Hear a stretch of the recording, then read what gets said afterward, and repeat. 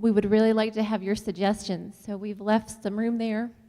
If you could go through your suggestions of how we can begin to create this draft facility master plan.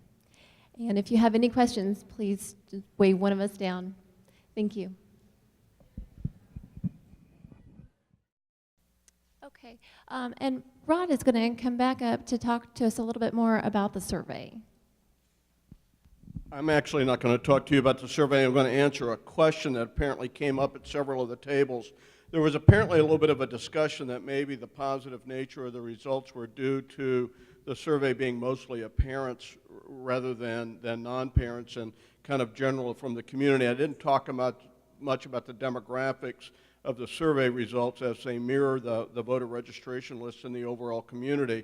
But I did want to talk about that a little bit. There was a question towards the end of the survey, do you have children or grandchildren who are 18 years of age or younger that live in your household? 23% answered that yes, 76% answered that no. So the vast majority of the survey were non-parents and even non-grandparents who have young kids living at home. We went ahead and asked people if they had kids in the St. Joe Public Schools. And we asked if they had kids in elementary school, middle school, or high school. It was 11.6 for elementary, 3.8 for middle, and 8.4 for high school.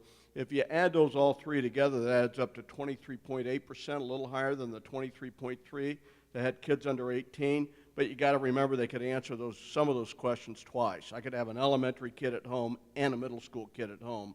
So that's why that percent, it adds up to the number it does. I do not have the number taking duplications out for how many respondents had kids in the school, but you got to figure it was around 18, 19% with those numbers. But anyhow, what I wanted to say is that the sample is one representative of the entire community. It tends to mirror the community in that the average respondent age is pretty old for a survey sample like this. And right in the neighborhood of 20 to 23% had a child 18 or younger in their house. So that gives you a little contextual information to understand kind of the overall positive nature of the survey results. So back to you. Okay. All right, well, we're getting close to completing this phase of our work. Over the past year, PACT has examined critical issues that are affecting that affect the quality of our district. We've looked at early childhood education, technology, finances, facilities, and quality staff.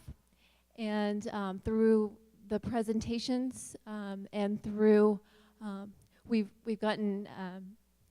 learned key information from the presentations and also from you.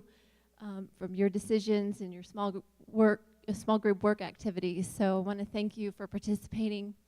And I'm so pleased to say that at our April meeting at Central High School, we will see a first draft of recommendations that have emerged through this process. These recommendations will include a draft of the proposed facilities master plan. So we hope to see you there on April 19th at Central High School. Again, thank you so much for your time. And, thank you to Brad Bacanelli for donating the water.